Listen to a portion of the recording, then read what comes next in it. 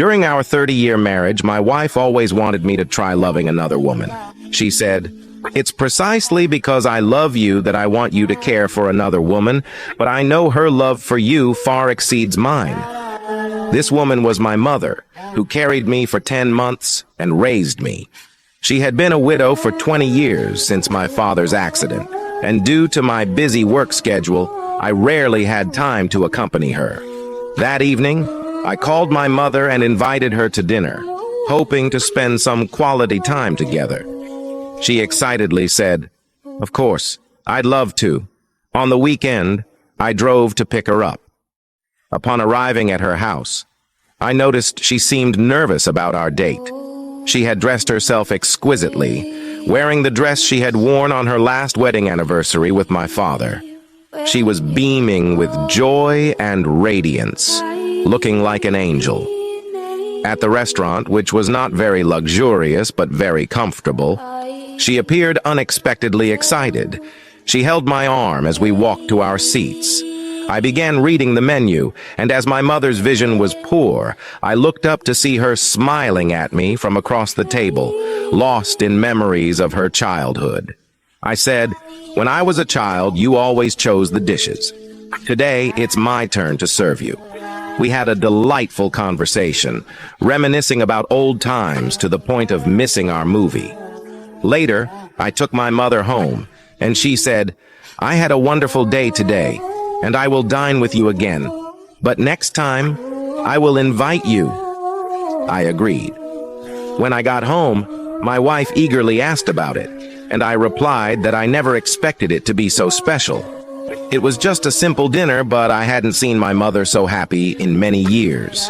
As time passed, my mother left us suddenly due to a heart attack with a smile on her face.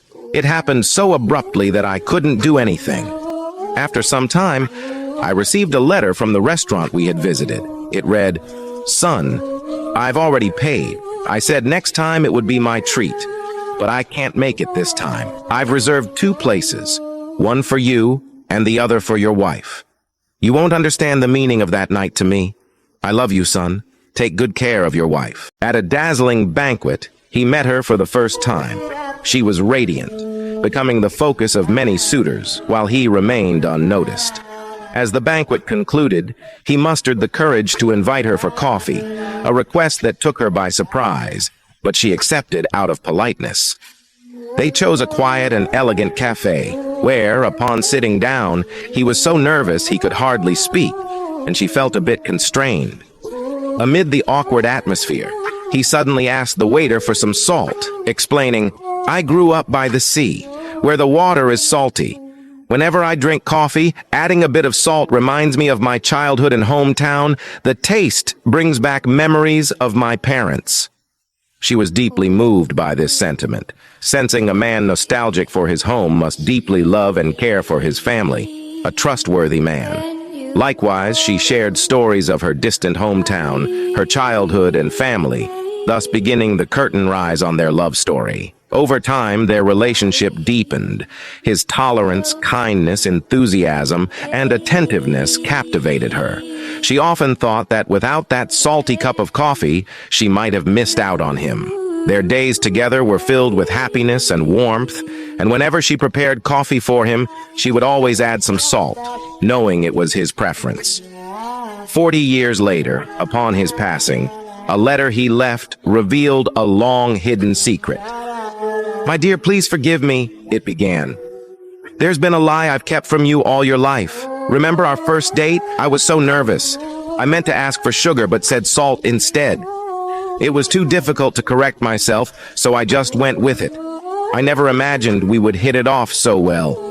Many times I wanted to tell you the truth but feared everything would fall apart. My dear, I don't actually like salty coffee, but it was important to you, so I've learned to accept it.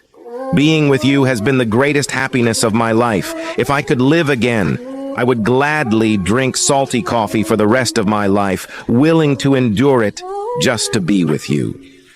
His confession was not just an apology for the small lie, but a testament to their love. He was willing to accept anything for her, even a lifetime of salty coffee. This letter deeply touched her, making her cherish their time together even more, understanding and acceptance becoming the core of their story.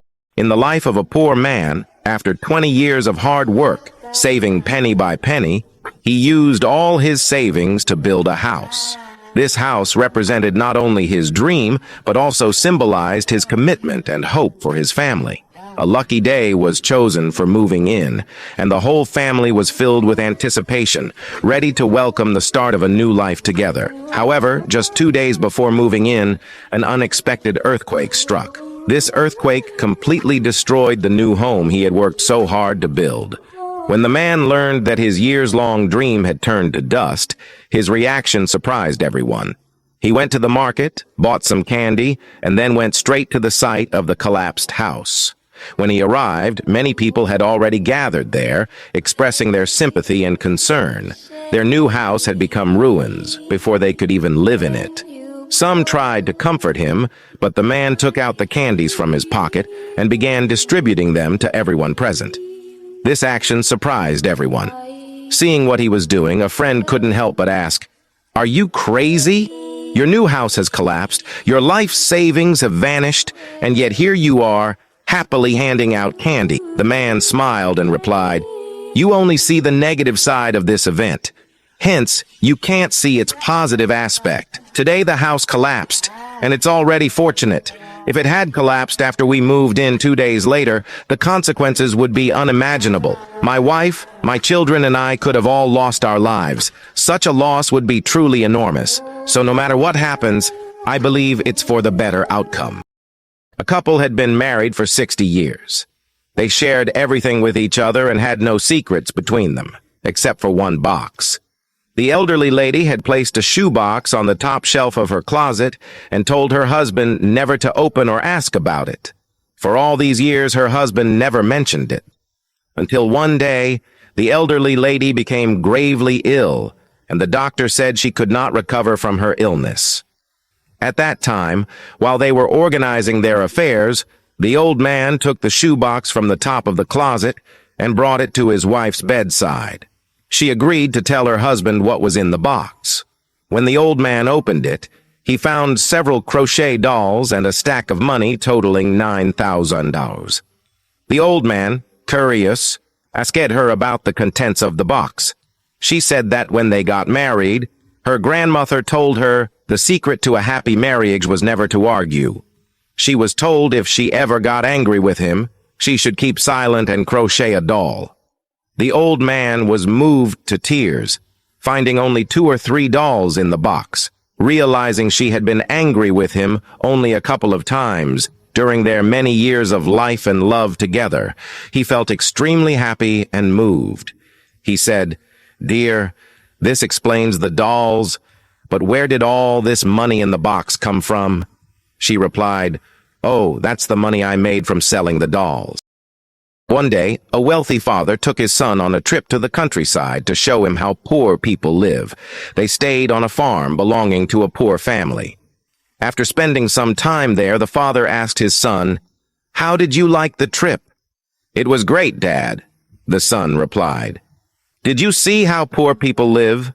the father asked. "Yes, I did," the son said. "So, what did you learn from it?" The son answered, "We have advanced water purifiers, but they have natural water storage. We have modern lights in our garden, but they have the stars in the sky. Outside our home are tall buildings, but outside their home are towering mountains. We step out into a bustling city, but they step out into peaceful nature."